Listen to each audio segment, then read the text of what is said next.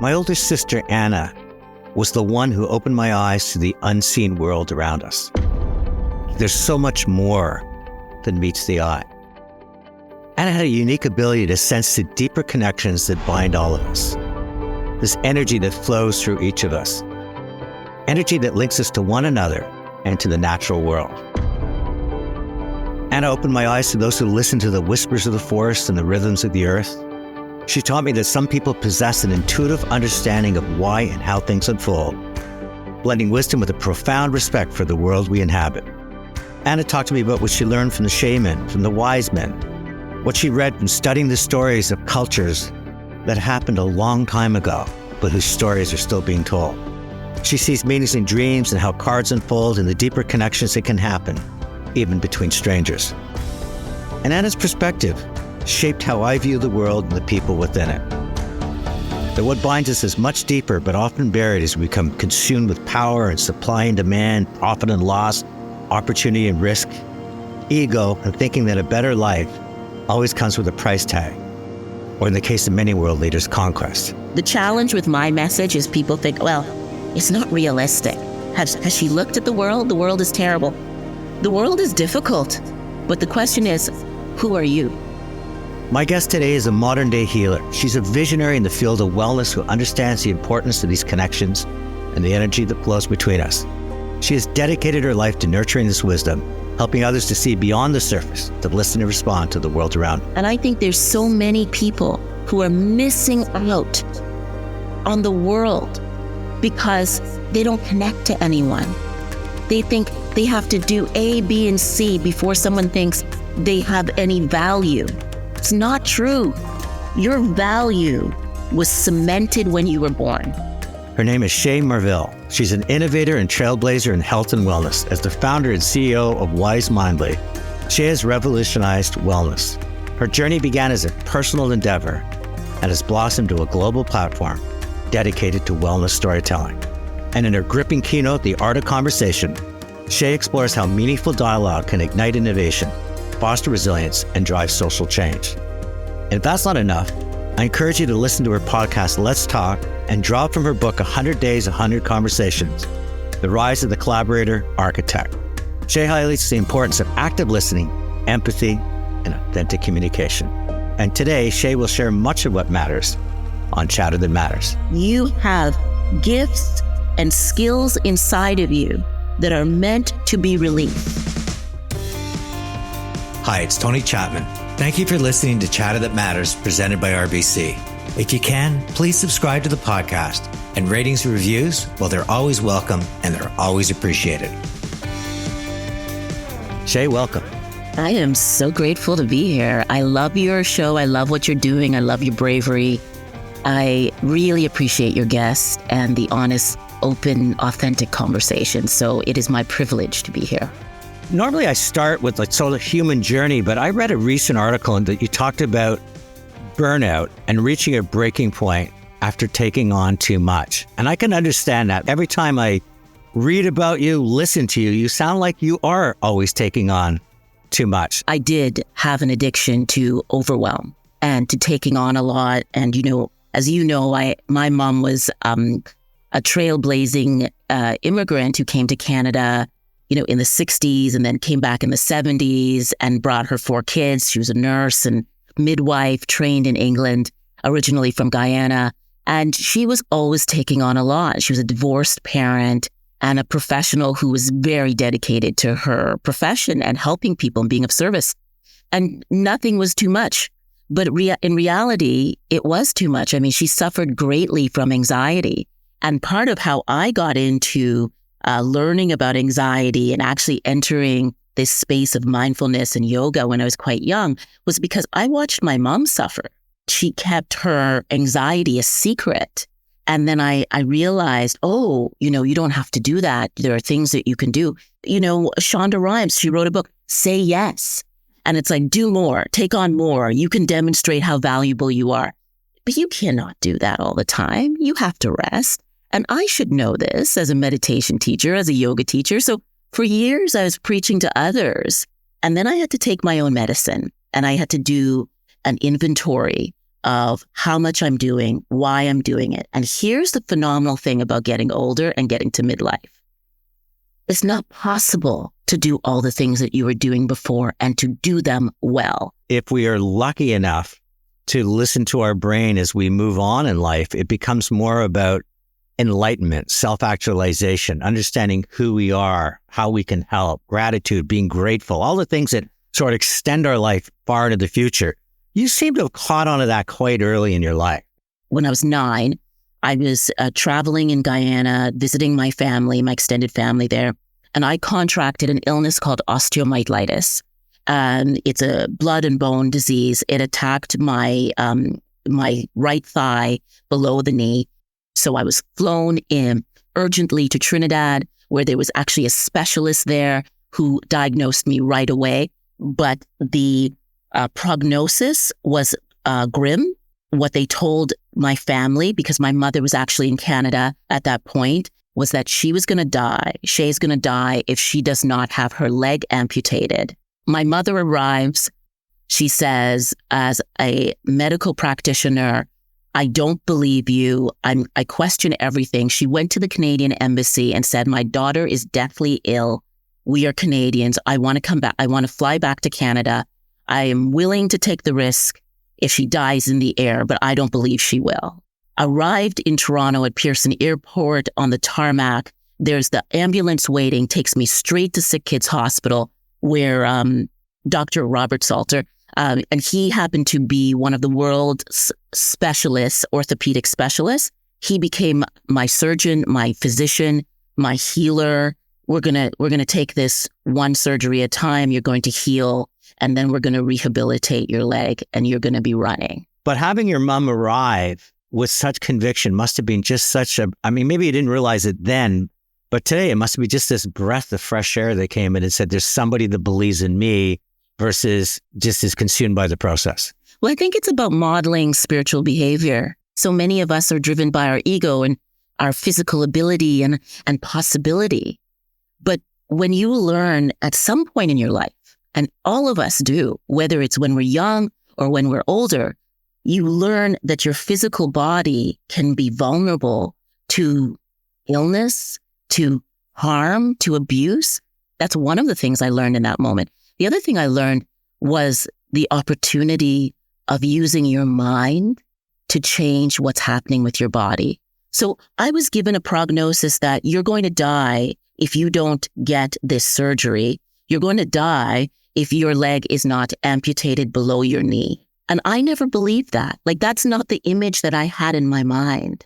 I've always been somebody who was interested in breathing and awareness and what happens to you when you use your mind. And that experience when I was 9, it broke me and then it remade me. And then the other piece of it was when I returned to school in Toronto in Thorncliffe Park, I had crutches. Dr. Salter had created this mechanism that holds your leg, your knee in place, that was really quite ugly. It was very apparent that I couldn't walk. It was very apparent that I was disabled, and kids ran away from me. I had this awesome teacher by the name of Miss Cooper who had this brilliant red hair. She decided that there was one girl in the class by the name of Maria Beck who would be my friend. Maria didn't have a choice, and she and I became fast friends, and we're friends to this day. Kids are tough, and who they attach themselves with and who they think are like-minded is a very important part of that sort of tribalness that we go through as kids. But I was kind of interested to see how you two, she suddenly became an outcast because she's with you. She was an outcast, I think. I don't know if she would agree with that, but I think she was a very shy human being. Now, it turns out that Maria is a social worker now. She has a master's degree. She's helping kids in foster care across Ontario. And so I like to think that maybe I was one of her first people she advocated for. But again, you know, when you're ostracized, when people don't want to be with you, when they judge you for what you look like, for me at that moment, it was about being a disabled kid. When I was going through it, I seemed to not be afraid. I believed that I was just going to be better. I didn't see myself as sick. But when I got to about 12 and, you know, your consciousness is changing, you're becoming, you know, a teenager, I started to experience a lot of fear. And in fact, if you touched my leg in a certain way, I would jump. And I started to experience a lot of anxiety. I started to think about being in Guyana and being sick, being in a hospital as a child at night. Oh, Tony, it is terrifying. There's so many sounds. It's dark. Your family isn't there. It was so scary. And that really was the opening for me to learn about how to address anxiety. I learned about the practice of prayer. I learned about the practice of breathing. I met this wild yoga teacher in the basement of the church who was teaching breathing. I to this day, I don't even know her name.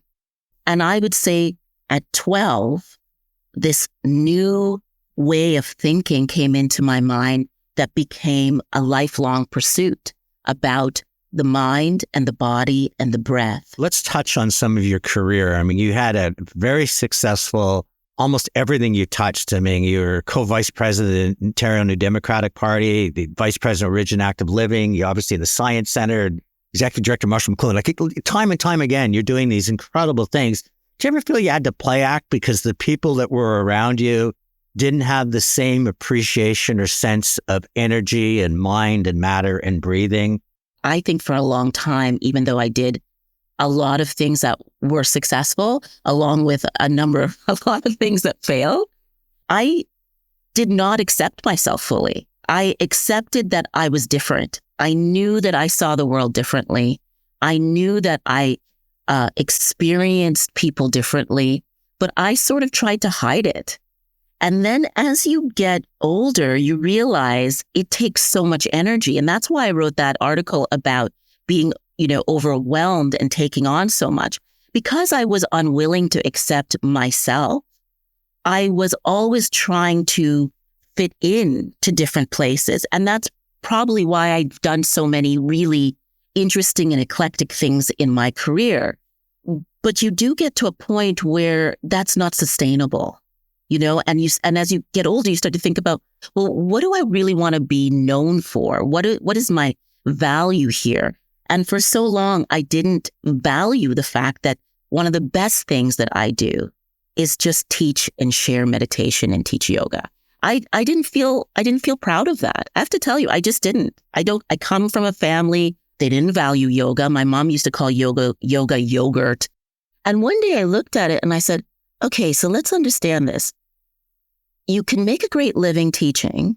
It's the thing you love to do, but you're not doing it because you think it's not a valuable thing to do. What advice can you give to others? Because I think what you're going through is what a lot of people do every morning when they look in the mirror saying, I've set my life up how I believe other people will admire it, validate it, as opposed to maybe setting my life up for me. Most people are thinking about survival and their identity is connected to trying to survive. And then the other side of it is our identity is connected to how other people perceive us, right? Like, do you perceive me as successful? Do you perceive me as somebody who's made it? But what I would suggest to you, the evidence, the research over the last 15 years, this is the reality. Our physical body, our physical endurance, our aerobic behavior induces new growth in our brains. And understanding who we are, what our skills are, and how to apply them to the ecosystem in which we exist is actually our truest job. But we do not train people to think that way. We do not encourage people to think that way. Where are you naturally inclined? And how do you apply your unique intelligence to the ecosystem in which you exist? And, frankly, the world we're living in right now, everything has changed. And it's going to continue to change. There's more change coming in the next 4 years than in the last 100 years. So how can you just do what you've always done? And in order to do what you've never done, it certainly better be from something that you care about, you're naturally inclined to do, and you have some capability in. As the listeners are listening, they're kind of thinking, here's the yoga teacher and the mat and everybody's coming in, but you're actually trying to create a global platform. You want to take this teaching that you have as this world is changing as rapidly it is, and say we need to make sure that this conversation is happening alongside the conversation about AI, the conversation about the climate and such. And it's sort of led to the creation of Wisemindly. Listen, we have a global epidemic of depression and anxiety. And, for people in their 20s, there's a suffering that is hard to understand. For people between the age of 45 to 55, there's immense anxiety and depression. And what we know now is that wellness is way beyond mind and body, that the science tells us that our mind is in our body and our body is in our mind. And I started Wisemindly because I could no longer continue doing work that didn't grow my soul. Wellness is a lever to not just the health of one human being, but it is the lever of health for a whole society. It's not something that should be done in little corners and, private studios. Wellness should be everywhere.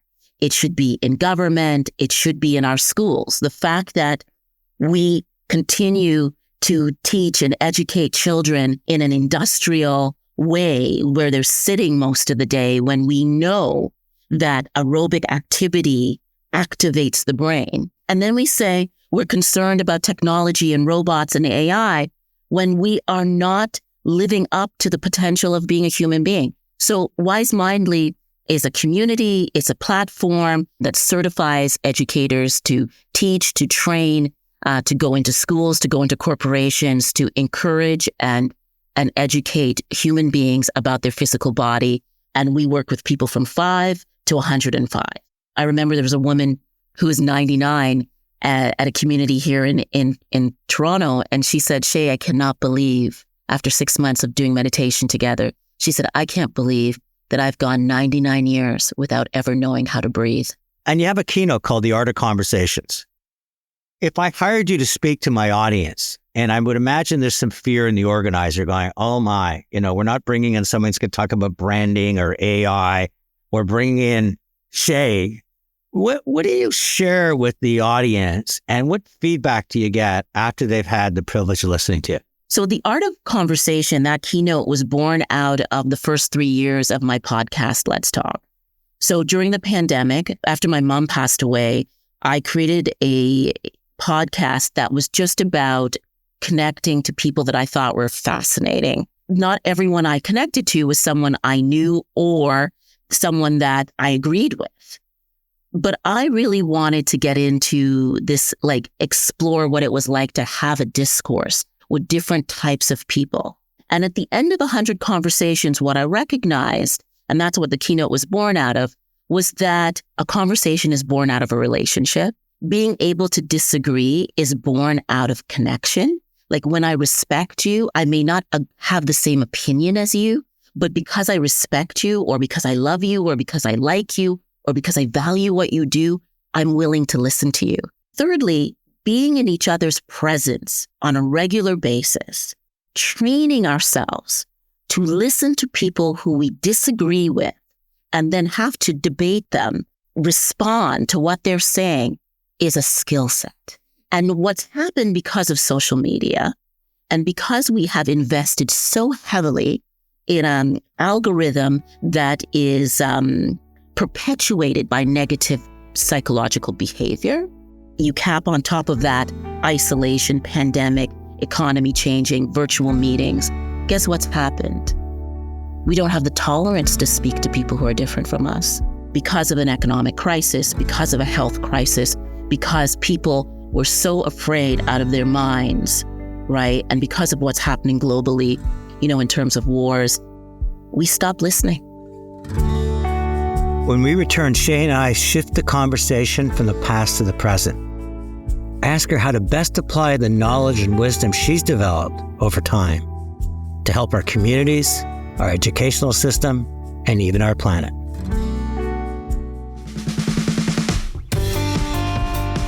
Hi, it's Tony Chapman, host of Chatter That Matters. A big shout out to RBC, who have long believed that diversity is not only the right thing to do, but also the smart thing to do. Their purpose of helping clients thrive and communities prosper is core to who they are as an organization. And it's something that can only be achieved when everyone has the opportunity to achieve their fullest potential and speak up for inclusion. Diversity matters to RBC. And I think as long as we think that our value, our presence doesn't really matter, which is what a lot of young people think. A lot of young people think that their presence is narrated or mediated through social media or what they look like. They're afraid. It's the reason why so many people don't date and they don't have relationships. They don't know how to just go up to someone at a cafe and say hi. Joining me today is Che Marville. She's a life coach, someone who inspires and motivates. And over the past couple of decades, tens of thousands of people have benefited from her words of wisdom. Instead of you being the 9-year-old looking up at doctors and saying we need to take away your leg, it's now the planet and the human race lying on that bed. You've got to be the mother that comes in and says, we don't need to amputate. We can fix this. What would you say to the human race that would give them the same conviction and confidence that your mom said to you? We are one body. Like, we are the universe, all of us. We are suffering from a confusion that our external being is somehow representative of our difference. What we look like superficially is not who we are internally. And it doesn't mean that we are not brothers and sisters and connected. We bleed the same way. We hope for things the same way. We love the same way. We suffer the same way. Disease looks the same in all of us. This is a moment actually in the depth of despair.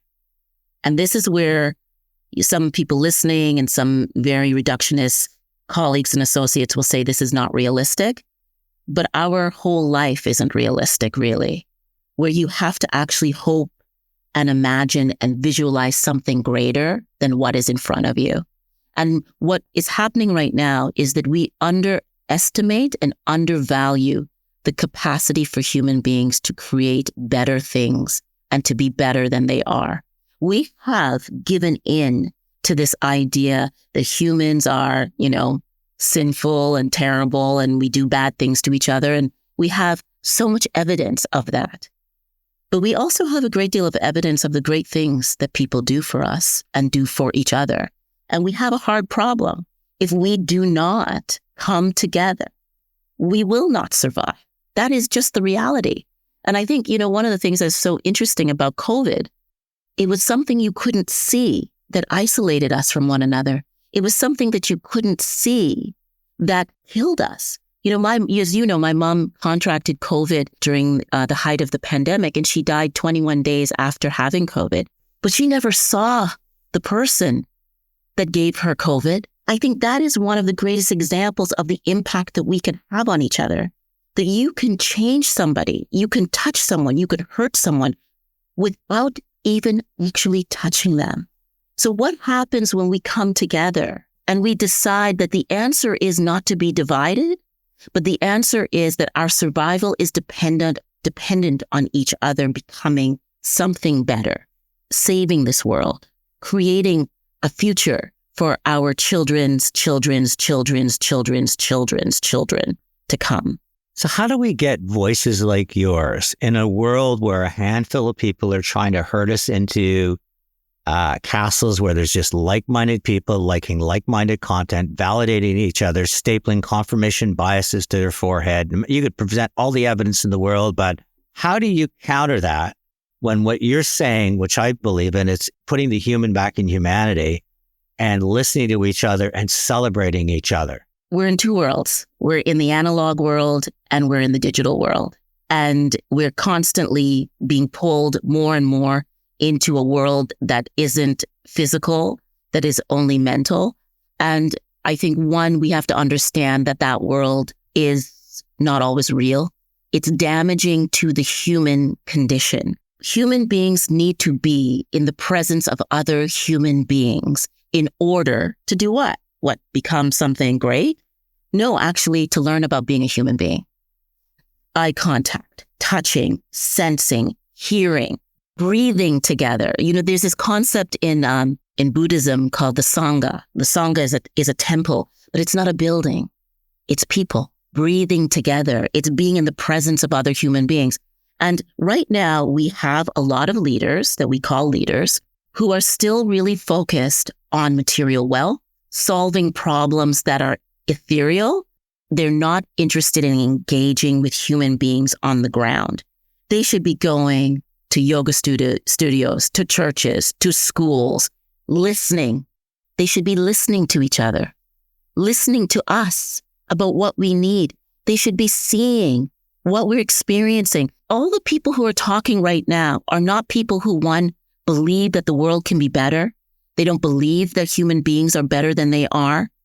And they don't believe that we can be better together. So as long as you have all of those people always talking, then how do you learn another way? The temples, the churches, the schools, the hospitals, the grocery store, the bank, all these places where human beings meet need to be places where we actually connect to other human beings and stop this pervasive commitment to making all of our relationships online. You seem to have this opinion of religion, but I look at religion over the centuries as just another power grab by a handful of people trying to get you to go, this is one way, this is the other way. Stained glass window, oh, the sun comes through, that's God. Oh, the dark side of the church where the snake is biting into a baby's neck, that's the hell. Prove me wrong. I didn't see it about humanity. I saw it about control, manipulation, taking 1 in 7 days of labor. The spirit of what Buddhism or Socrates, with his teaching beside an apple tree, to me is the beauty of humans coming together. But I don't see it when it gets organized that way. You're talking about religion as an institution, as a structure that, especially in the West, when you look at our history, which is where a lot of our institutions have grown out of, are religious organizations. But a religious organization is not religious script. It's not what's written in the Bhagavad Gita. The aphorisms in meditation, that's what actual religion is. But isn't it easy for most people just to fall into being led by someone, even though they intuitively know that inside that there could be manipulation, there could be exploitation, as opposed to what you're saying is to the individual is don't be led that way. Learn how to understand your head, learn to understand its connection to your body, learn about who you are and learn about what other humans are. And collectively, we can lift society. We have to be able to listen in a place, in a system that allows you to listen. And I don't mean to be overly critical of our educational system, but I'm going to be. I mean, I have 4 kids. Last one is finishing high school. I have lots of respect for educators and teachers, but we are missing one of the most pivotal mechanisms to actually educate our society. And the kind of education I'm talking about is education in humanity. I'm talking about learning how to be a critical thinker. I mean, I think people have forgotten that Western society has actually was grown out of criticism. I think it was Matthew Arnold, oh my gosh, I'm having a brain freeze, who said that the critical aptitude is less than invention and creativity, but just as valuable. That we have to be able to invent and create and be in a marketplace of ideas, right? And what are those ideas? Where do those ideas come from? They come from science. They come from religion. They come from disagreeing. They come from love. They come from understanding poetry and art. We blame social media, and I'm one of the people who do. But the reality is, before we invested in all of these young men to go off to Silicon Valley and create their dreams, it's great. Your dreams are phenomenal. You're making so much money. You're doing amazing things, and never questioned the ethics, the validity of what they were doing and what they were building, which is, we're dealing with AI right now as well. We started to invest more in business language and, MBA schools than we did in art schools and design schools and dance schools. We don't value the things that actually make us human beings. And then we complain about being sick and disconnected and disoriented and alienated and lonely from one another because we keep thinking that material wealth, being better and stronger and keeping up with somebody else, the billionaires, is what's valuable when it continues to make us sick. Che, let's go to the educational system. I think the people in there and the bureaucrats, it's not about becoming billionaires. It's about preaching versus teaching. It's their ideology versus creating a platform where people can have ideas. It's about dividing versus uniting. I find that there's a handful of people across society, whether it's capitalism, whether it's religion, whether it's education, that are very good at manipulating the herd and having them say, if you come in here, I can protect you, whether I can send you to heaven or I can make you stand up against the haves and the have-nots, whatever it is, I will divide to conquer you. I think that's the epidemic we're dealing with. I don't think it's just the domain of capitalism. Well, I think we're misusing capitalism.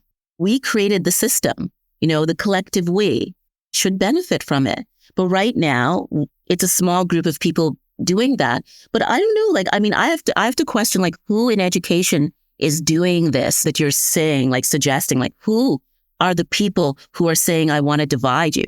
I think the educational system and the people who are educators within the system are different. If you talk to a lot of teachers, they are overwhelmed, they are under-resourced, they are exhausted, they're dealing with a population of people they've never dealt with, they've not been trained to deal with, and they've got an administration who, and it's not that they're capitalists.